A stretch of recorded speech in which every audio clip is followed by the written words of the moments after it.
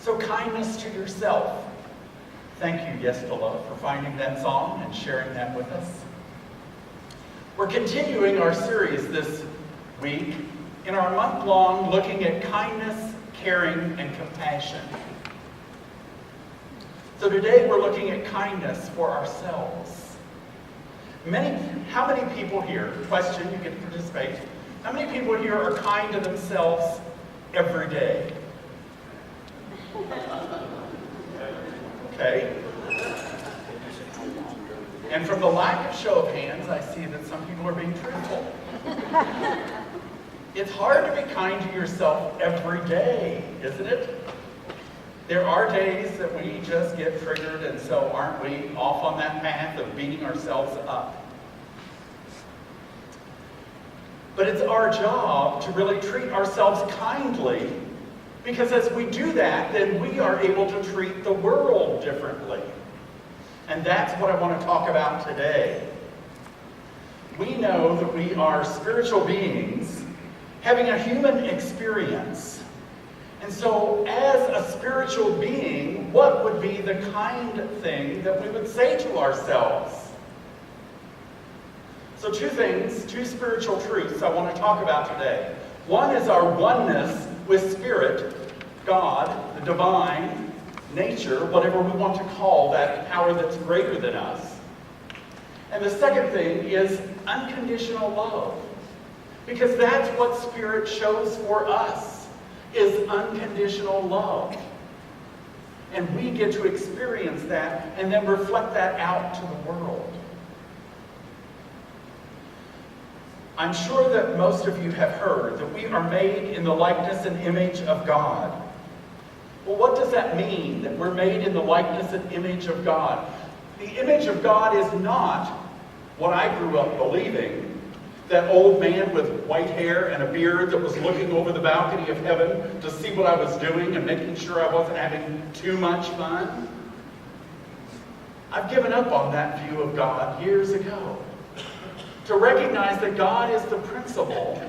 God is the love that exists everywhere in the universe.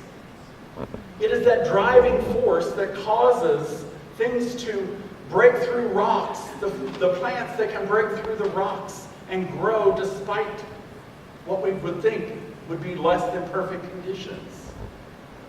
It's that part of us that heals because there is a cut. There's a sore. There's something that needs to be healed. And so rushing in, the nature of God is to heal that part of the body. Because the nature is wholeness. It's health. It's happiness. And that is the nature of God that we're looking at here. Love is the nature of God. Love, joy, peace, wisdom, beauty, life, and power. Along with abundance, along with freedom, along with creativity. This is the nature of God, and so that is our nature. Because as we recognize ourselves as spiritual beings, then our nature is to come forth. We're made in that likeness and image of God.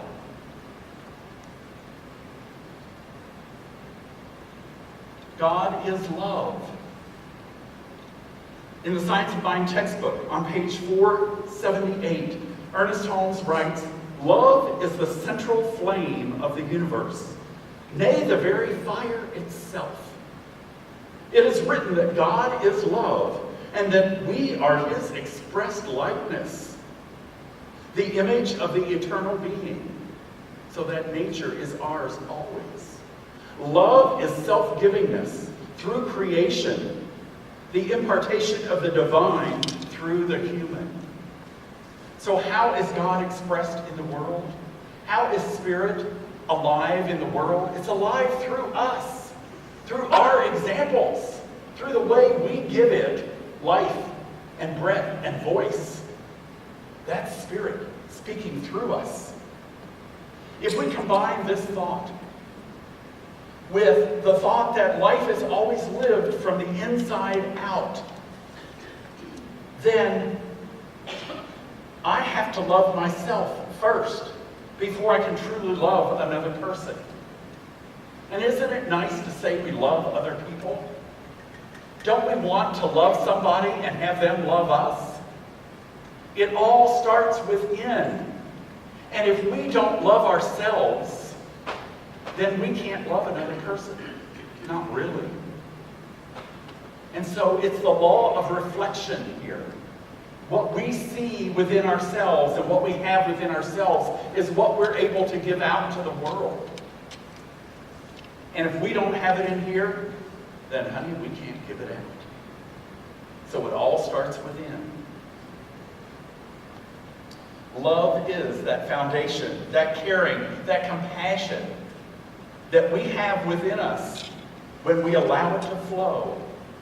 Now, many of us erect barriers because we got that message early on that we weren't worthy. You know, I was told, don't think of yourself as better than someone else. And so in that thought, be careful, because you don't want people to think that you're a snob, right?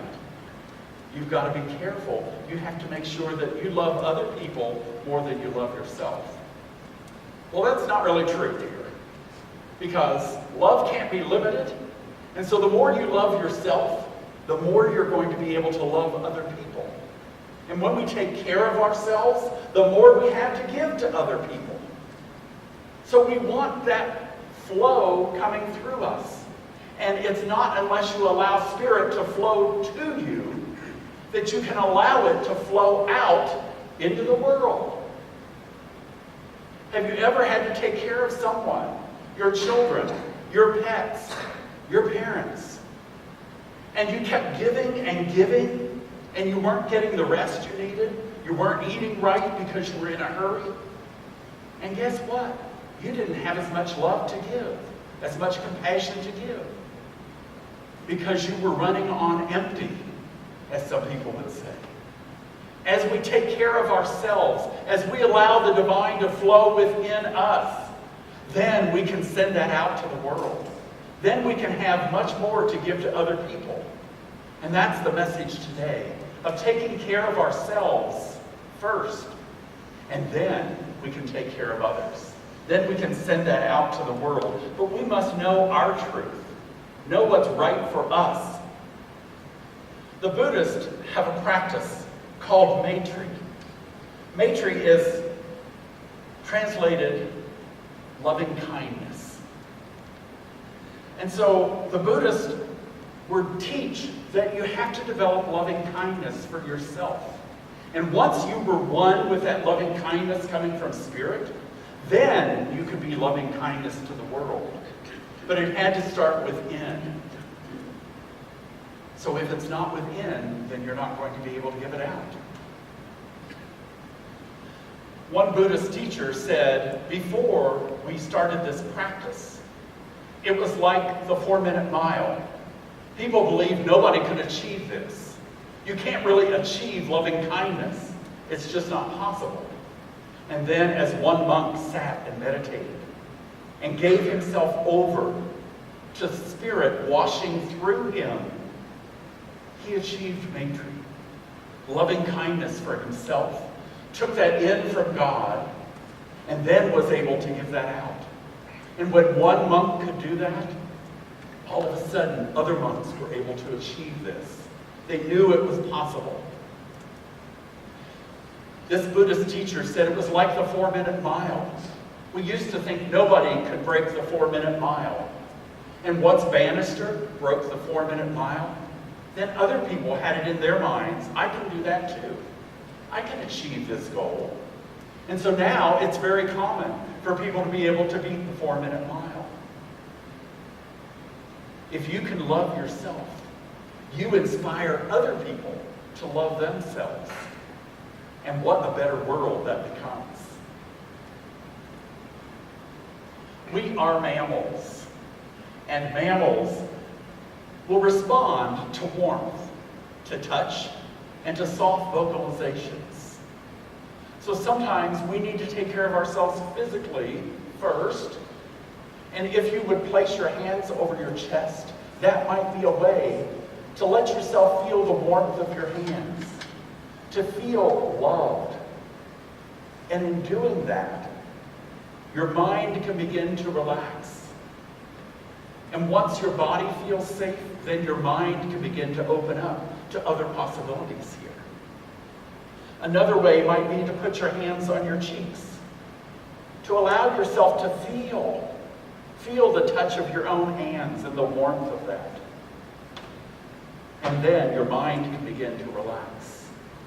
Some people, their way of holding themselves might just be to hold their hands. As mammals, we have horses here that are just nuzzling one another. Some people just want to nuzzle with you, just want to be held close and know that you care. And when we can allow ourselves to receive that, we're able to give that out as well. This is expressing God. So for most of us, we grew up believing in conditional love. You've heard me say that before. That teachers, parents, even ministers, if you did what I told you to do, I love you. And if you don't do what I tell you to do, I'll withdraw my love from you. I don't think I'm the only one that got that message in talking with some of you. So knowing that we get to parent ourselves, we get to do for ourselves what we need to feel that love. We are adults now. We don't need to drag the past with us. We can start today loving ourselves, giving ourselves the warmth, the touch. And when we treat ourselves kindly, then we'll be able to treat the world kindly. Spirit is unconditional love. So what does this really mean, unconditional love? Emma Curtis Hopkins is the teacher of teachers. And she has a saying, or part of what she wrote was, suppose the rain and the dust have beaten against the glass window panes until they have become very dirty. Do you think the cessation of the rain and dust will make the window panes clean? So it is with the mind that's covered by years of habitual thoughts. Practical daily washings of the dust of the years must be made. To me, that gives me hope, because what it says is when I'm triggered to go back to my old ways of thinking, oh, I'm not worthy, I have to do for other people rather than myself. That is a habitual thinking, a habit that I've gotten into, and I can change that habit. It's just a thought, and we can change our thoughts. So when we start washing away those negative habits, those negative thoughts, it's like pouring clean water into a container of muddy water. The more we can pour clean water in, the clearer the water becomes. And as we continue to put in good thoughts, clean water, so to speak, then the container becomes clear and we can see through it. That's the way it is with our lives, with our minds. And we train ourselves to look for the good, to say those loving things to ourselves. I'm sure that we say, some people here, I won't say everybody, say things to themselves that they would never say to a friend. Why do we do that? It's a habit. And so we can break that habit. We can change our thinking and say things that are loving, that are kind. Now, I know some of you are probably saying, well, Reverend Rick, that sounds good for you, but you don't know me. You don't know what I've done in my life. You don't know where I came from. So I want to give you this illustration. Cash. What is this, Dorothy? A $100 bill. So what is the value of this $100 bill? $100, right? Now, what if I crush it up? What's the value of this bill now? $100. Okay, what if I spit on it, crush it up, throw it on the floor, and stomp on it? Now, what's the value of this $100 bill? $100. Well, what if I take it like this, And what if I tear it a little bit? Oh my God, you're tearing money. What if we tear it? And what if we say, you're awful, look at you. Look at how wrinkled you are. Look at how you look. Who would want you? What's the value of this money? $100. Now, if I told you that this $100 bill was used to bribe a politician, it was used to buy a gun that killed somebody, it was used to be rolled up and teach a 10-year-old to snort cocaine. What's the value of this $100 bill now? Still $100. We have our worth no matter what. And I'm sure some of you are saying, if I asked this bill, it would be like some of you. Well, how do you feel? What are you worth? And if this $100 bill could talk, it would probably say, I'm not feeling very worthy. I'm not feeling very special. Nobody cares about me. Look at how wrinkled I am. Look at how I look. Look at what I've done in my life. But what is the value of this? $100.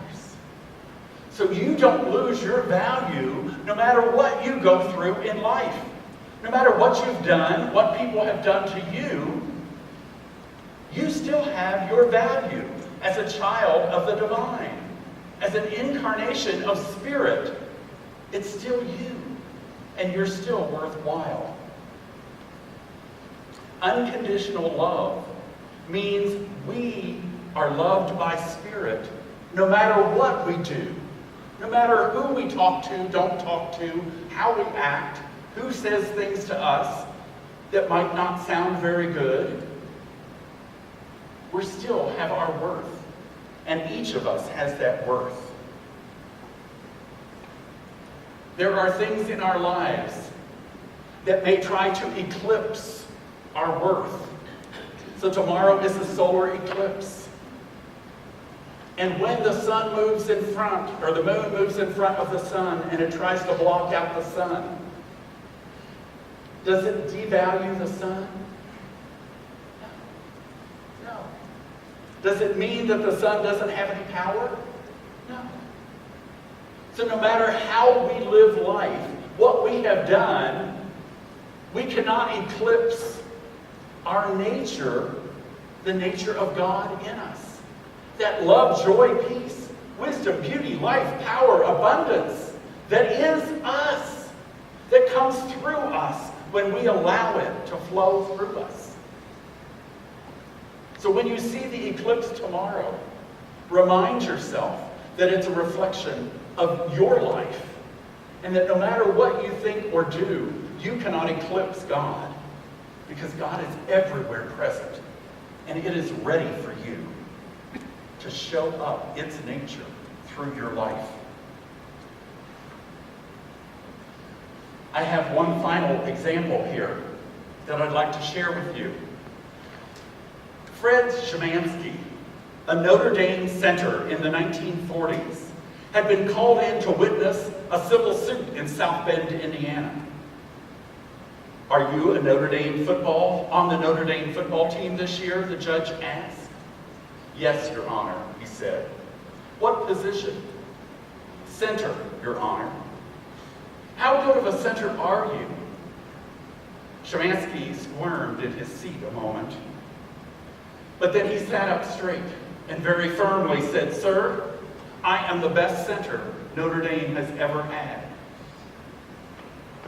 The coach, Frank Leahy, who was in the courtroom, was very surprised because Szymanski was kind of a low-key guy. He was very modest and unassuming.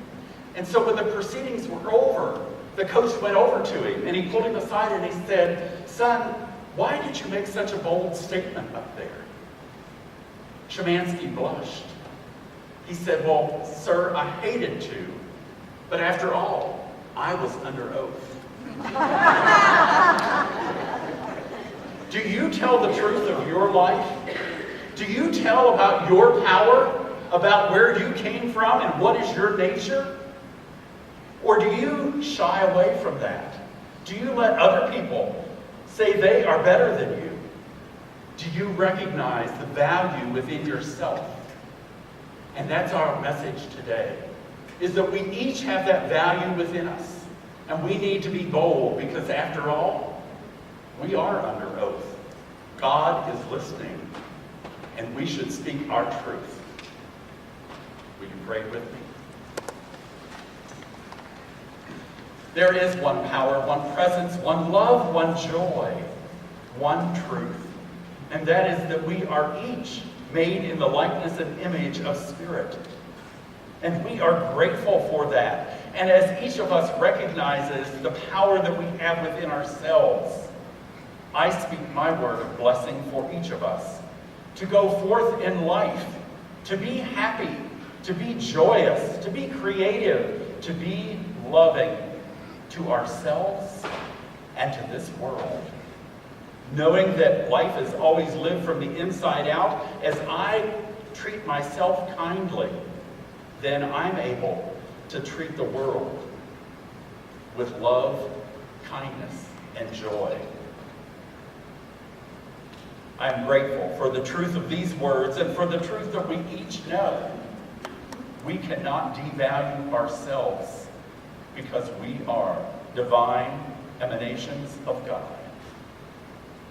For this truth, I am grateful, and I release this word into the universe that always says, yes, yes, you are. And together we say, and so it is.